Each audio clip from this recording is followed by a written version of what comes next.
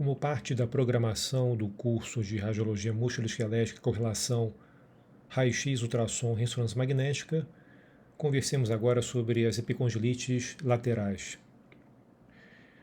Esta síndrome é uma das principais síndromes dolorosas do cotovelo e no dia a dia, se não é a principal indicação de exame de imagem, com certeza está entre as primeiras indicações de identificação de dor na região lateral do cotovelo. O diagnóstico, apesar de ser eminentemente clínico, muitas vezes é necessário porque o paciente, apesar de um tratamento fisioterápico adequadamente instituído, ele persiste com dor. Então, é preciso ver a extensão do processo degenerativo na inserção do tendão comum extensor e, eventualmente, rupturas ligamentares que possam se associar e explicar a persistência da dor. Eventualmente também outras causas de dor na região lateral do cotovelo que não tenham relação com o tendão comum extensor devem ser procuradas pela ultrassonografia ou ressonância magnética. Na gênese dessa dor na região lateral do cotovelo, nós temos um processo degenerativo do chamado tendão conjunto ou tendão comum extensor. Ele é um tendão comum porque é o ponto de convergência dos tendões extensor longo dos dedos, extensor radial curto do carpo, extensor do dedo mínimo e extensor lunar do carpo. Então esses tendões, eles convergem para uma inserção comum que se faz na região do epicôndilo lateral do húmero. O mecanismo de lesão é por contração repetitiva da musculatura extensora. Não é à toa que essa epicondilite lateral tem um apelido de cotovelo do tenista, em virtude do movimento estressante e repetitivo que se faz durante o esporte. E histopatologicamente nós temos um processo degenerativo em que há a formação de um tecido anormal. Esse processo ele se associa frequentemente a rupturas no footprint do tendão e também a fenômenos de neoangiogênese intensa. Frequentemente o Power Doppler ele se mostra francamente positivo nos casos em que você tem uma epicondilite lateral. Não que ele seja necessário para fazer esse diagnóstico, mas ele está frequentemente associado. Nós temos aqui a imagem anterior da porção distal do húmero, apontado pela seta branca na região lateral desse húmero. Nós temos ali o epicôndilo lateral e acima dele outro acidente ósseo que é a crista supracondilar. A crista supracondilar é a origem óssea da inserção do músculo extensor radial longo do carpo. Eu comentei então que o extensor radial curto do carpo ele se insere no epicôndilo e o radial longo do carpo ele se insere na crista supracondilar, acima do epicôndilo. No lado interno nós temos ali em EM mostrando o epicôndilo medial, que é onde se insere o tendão comum flexor, mas que não é objeto dessa aula. Aqui nós temos 4 representações esquemáticas dos tendões extensores que se inserem na região do epicôndilo lateral. Então, vindo da direita para a esquerda, nós temos o extensor dos dedos, que é o mais superficial, extensor do dedo mínimo, extensor lunar do carpo, que é o mais posterior, e o extensor radial curto do carpo, que fica logo abaixo desse tendão extensor dos dedos. É o tendão que se encontra mais frequentemente acometido nos casos de epicondilite lateral. Mais de 90% dos casos de rotura, de tendinose do tendão conjunto se faz preferencialmente na inserção do radial curto do carpo. Aqui nós temos uma peça anatômica mostrando a região do epicôndilo. O húmero está aqui, o epicôndilo lateral, e a inserção, olha, do tendão conjunto. Aqui parte dos componentes do extensor dos dedos e do extensor radial curto do carpo. Esse é um artigo recente do grupo de San Diego, mostrando a região lateral do húmero. É uma reconstrução por meio de tomografia. Nós temos aqui, olha, o local de inserção, a origem dos componentes extensores do tendão conjunto. Observem que o tendão supinador também se insere próximo a esse tendão conjunto. O componente ulnar do carpo, ele é um pouco mais posterior, e aqui em branco nós temos o ligamento complexo ligamentar lateral, que se encontra adjacente a esses tendões extensores. Às vezes você tem um processo degenerativo do tendão comum, rotura presente, e essa rotura vem rasgando, né? Vem delaminando em direção ao próprio ligamento, o que é importante você identificar, se for o caso, no exame de imagem também. Aqui na crista supracondilar, apontado pelas setas azuis, nós temos a inserção do músculo extensor radial longo do carpo. Imagem coronal em T1 de uma ressonância magnética, mostrando, olha, essa banda preta aqui, hipointensa, que é o ligamento colateral radial. Então ele fica profundamente a inserção do tendão comum extensor. Então é sempre importante você ver a integridade ou não desse ligamento quando você estuda uma epicondilite lateral. Uma imagem de ultrassonografia, também no corte coronal, é um processo de tendinose com ruptura profunda que se estende, olha, para a loja do ligamento colateral radial. Esse ligamento ele se insere num outro ligamento que fica aqui em torno da cabeça do rádio.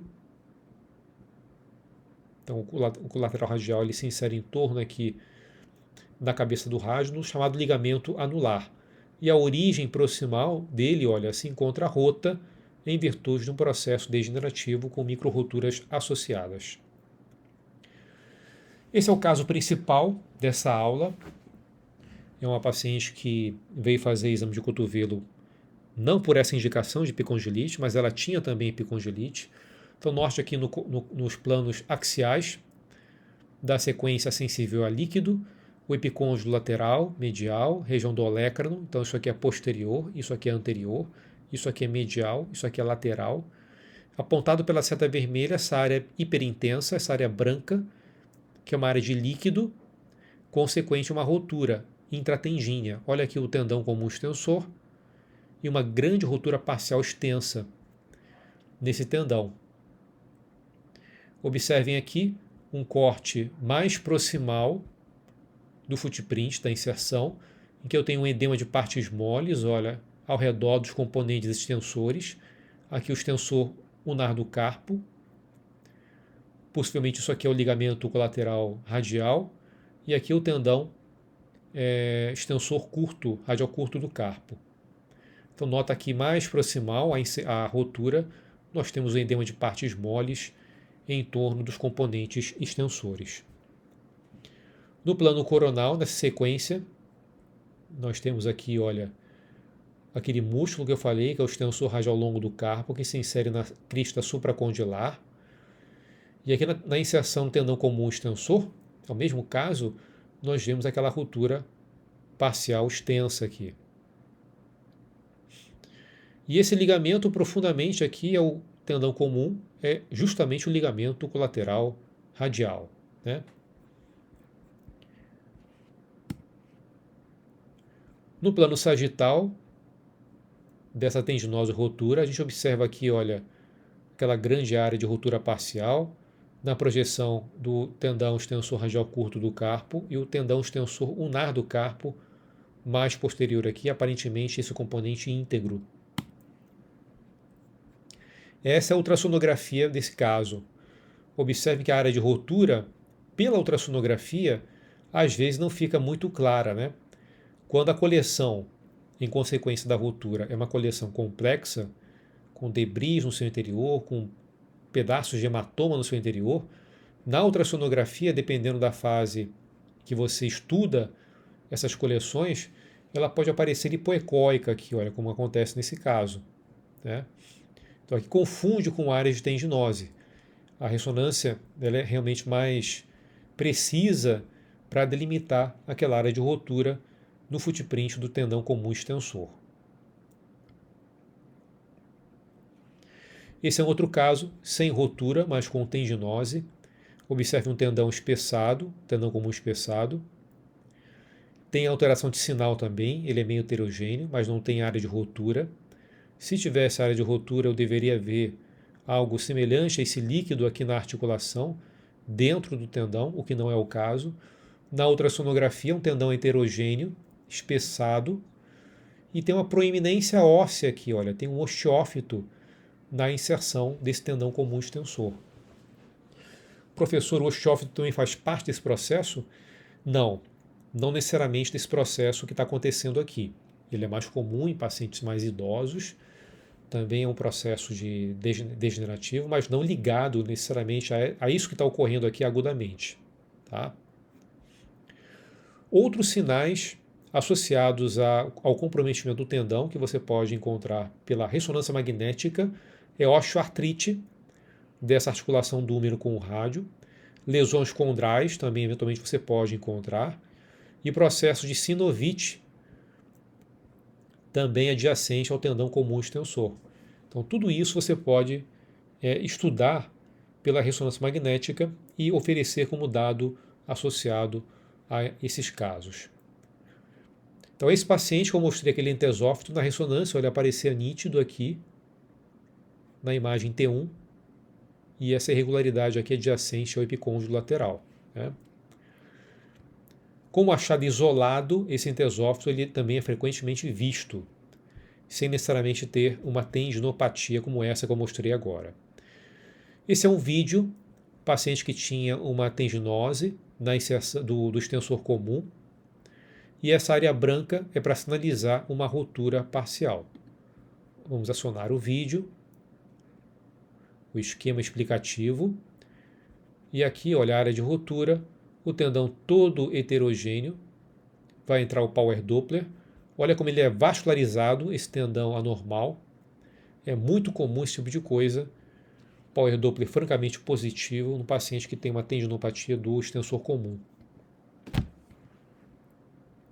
Um outro caso de tendinopatia do extensor comum, só que aqui eu tenho uma lesão do ligamento colateral radial. Né? Nota que ele é mais profundo em relação ao footprint tendíneo. E aqui na origem, olha, eu tenho um comprometimento tanto do extensor radial curto, como também dessa parte mais profunda, que é o ligamento colateral radial. No caso, aqui é a origem dele. Aqui eu tenho o rádio, aqui eu tenho o epicôndilo, aqui é a inserção do ligamento colateral radial, parcialmente rota. Esse esquema mostra essas três camadas, a mais superficial, o extensor longo dos dedos, essa mais intermediária é o extensor radial curto do carpo, e mais profunda é o ligamento colateral radial.